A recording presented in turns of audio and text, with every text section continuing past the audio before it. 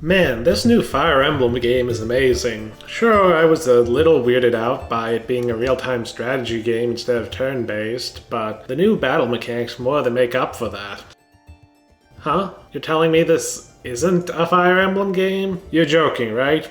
We've got a blue-haired prince fighting to reclaim his country and defeat the evil Overlord. His class is even Lord. This is clearly Fire Emblem.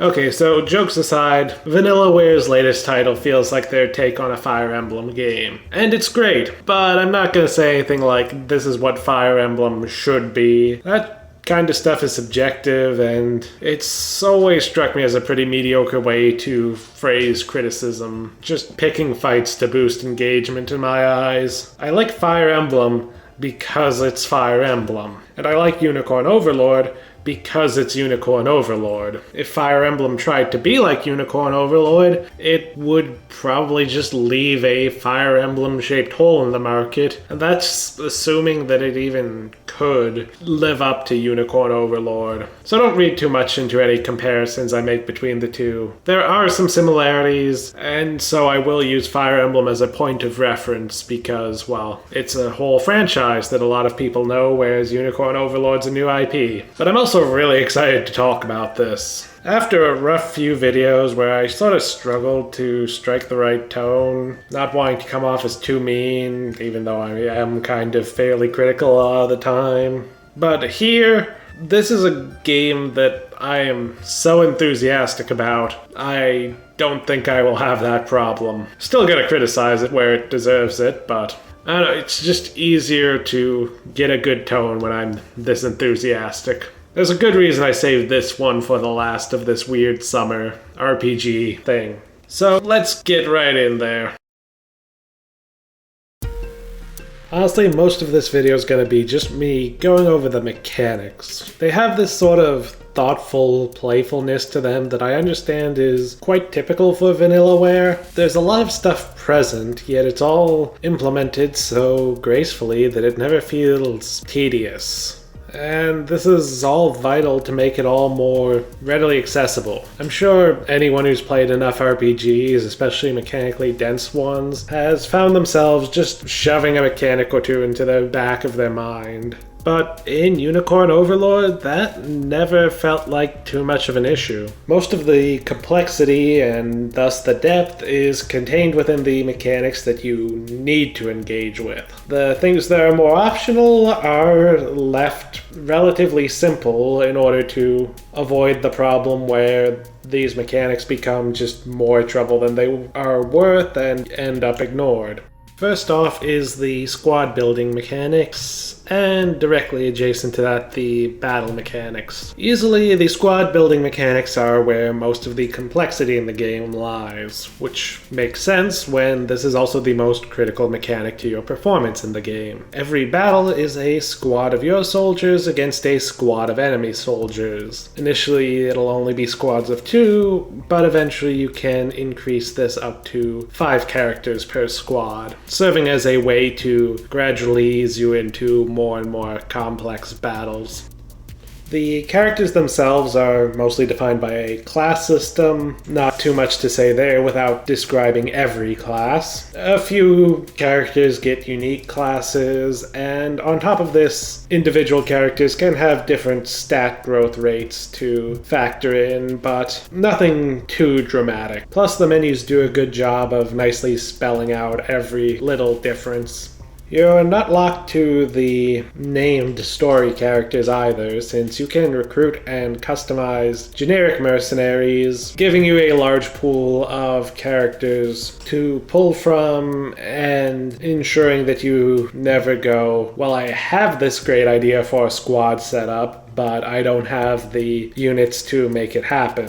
Mixing and matching the different classes within a unit, with each class having unique roles and skills, is the first of the many layers of the squad building mechanics, and is probably the most obvious and chunky of them. With each class being so unique, there's a lot to factor in, and plenty of opportunities for you to find and exploit synergies between different classes. While we're on the topic of the classes, another nice touch catch is that most of the classes are associated with a specific country, and for all of the non-human classes, they're mostly exclusive to that country, both as allies and as enemies. Considering the length of this game, this is really appreciated since it keeps both the situations you face and the tools you have to deal with them constantly evolving right up to the end of the game. By the time that the game has basically exhausted all of the units it has at its disposal, well, the end of the game's right around the corner. Plus, it means that the new recruits you gain will remain interesting and exciting because they're generally bringing new classes with them, instead of devolving into, here's a new unit of this class in case you need a replacement.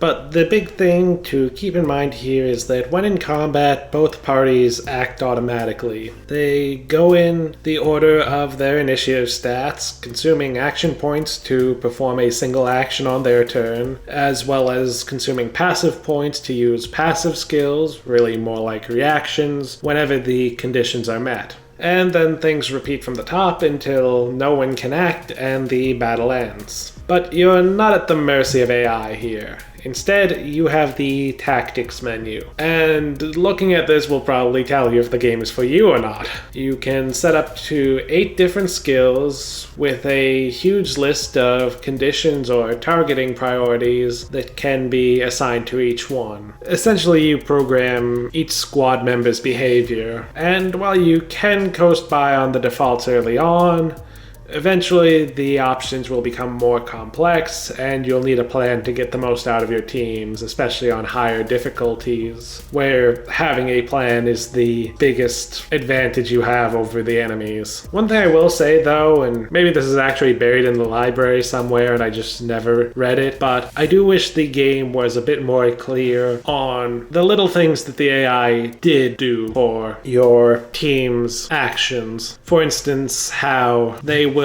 generally favor, if not given some other priority, attacking enemies in the same column as they are, rather than just attacking randomly, or how they will usually avoid using purely status effect skills on targets that already have that status. But on top of customizing your party's game plan, the customization through equipment is also excellent and full of distinctive options. There's 3 types of equipment.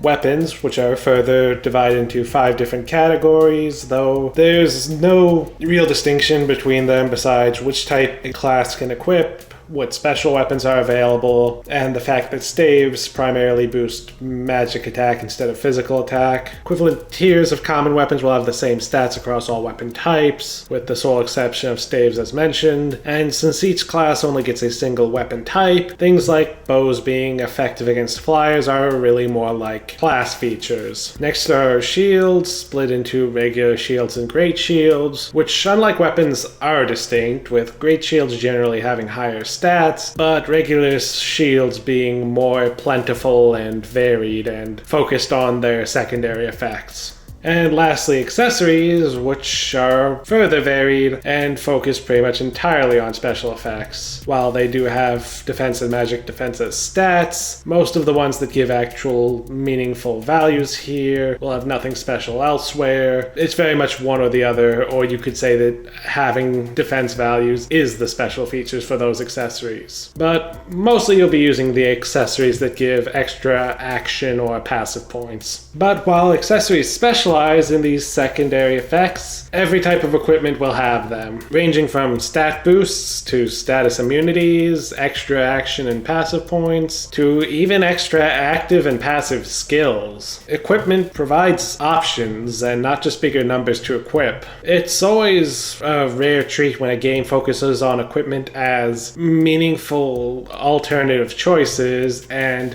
where getting stronger can be a matter more of strategy than and brute force, further enabled here by a rather slow power curve. The absolute weakest weapons are around 8 attack power, while the absolute best, with one exception, have 25 power. And most of this stuff with special effects actually worth considering will have at least in the mid-teens. It's very reasonable to stick with a weaker weapon for most of the game if it gives you a really good skill or passive that makes a character's build come together. Plus, on top of that, late game, there is an upgrade system that suddenly means anything is viable again. It's expensive, but you can take any weapon or shield and upgrade it to have maxed out base stats. So that King's Blade you got early on in the game with an excellent +5 to all stats but only an average 15 attack, now it's got 25 attack. Go wild.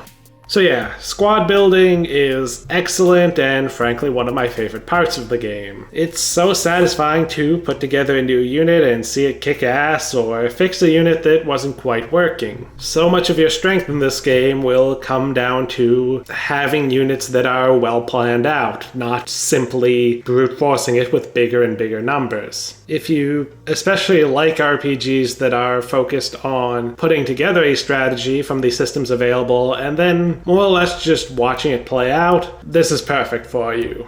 It may not be as constantly reactive as some might like, but even if you are the sort who would prefer some more reactive combat, it's kind of hard to deny that this is just some of the best customization and advancement systems in any RPG I've played. Again, simply down to the fact that so much of your advancement is about executing on a strategy and improving that strategy rather than, again, just getting stronger and brute forcing it with numbers. Plus, the fact that you get 10 squads to fill out means you get to try out a bunch of different things.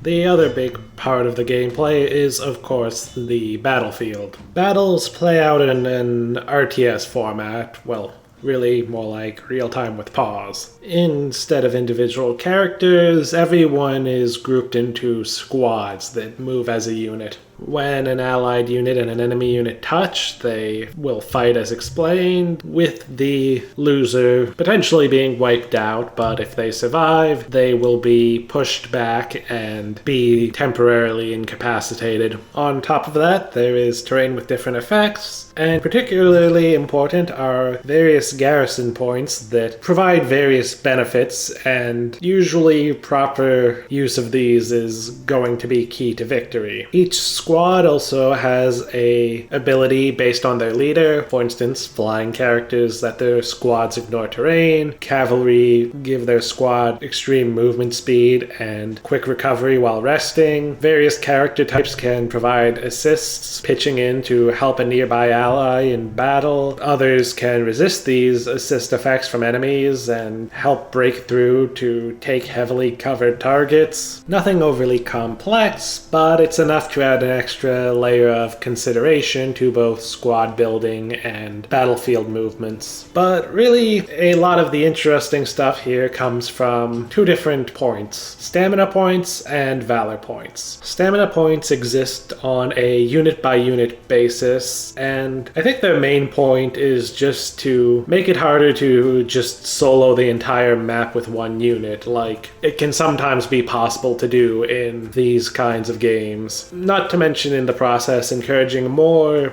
slow and steady play and allowing a bit of defensive tactics to actually be relevant, unlike many a strategy RPG. Every time a unit fights, they lose a point of stamina, and they will have between 4 and 6 points depending on the squad leader. If a unit runs out, they will be unable to move and will be at a disadvantage in combat if they are attacked. And though they can restore 4 stamina points by resting, this does take a bit of time, during which they are stuck immobile and vulnerable. Hence, this discourages you from overextending, because if you do, then you might end up with a unsupported unit getting attacked while at a disadvantage and getting wiped out. All this said, most garrison facilities, with the exception of siege weapons, prevent units stationed there from losing stamina, and many types of them will gradually recover both stamina and health. Therefore, if you've got a large wave of enemies incoming, maybe it's advantageous to just put your best unit on a garrison instead of sending them out to meet them, and taking full advantage of the ability to battle without spending stamina and the gradual health regeneration. Ultimately, the game is still mostly about offense, but it all still at least provides something more to encourage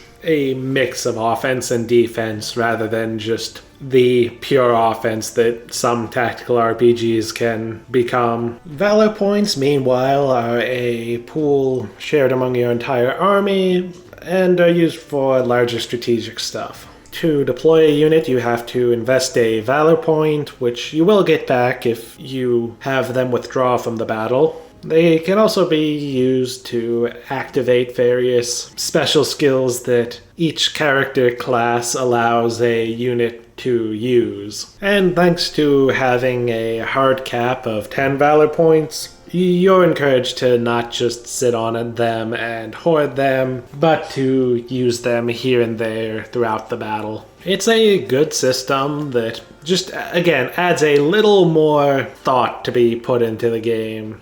The battles themselves are also a good mix of larger and smaller scale battles. Stuff like key story missions are often protracted battles that end with your entire army on the field while you manage combat on multiple fronts at once, and will often have events or additional mechanics to make them a bit more unique. Meanwhile, some of the optional liberation missions can be as simple as just your command post and the enemies, making for quick skirmishes you settle with just a few squads, one or two tactical valor skills, and a few minutes of your time. And of course, the rest of the missions range all in between these. And I think this variety is quite critical. You never get worn down by a long sequence of marathon missions, but there's always a medium or large mission just close enough that you won't get bored of repetitive short missions. Though it's not all gems, unfortunately. There is one structure they use a few times, which is having the mission basically just be entirely one long linear advance. They tend to be rather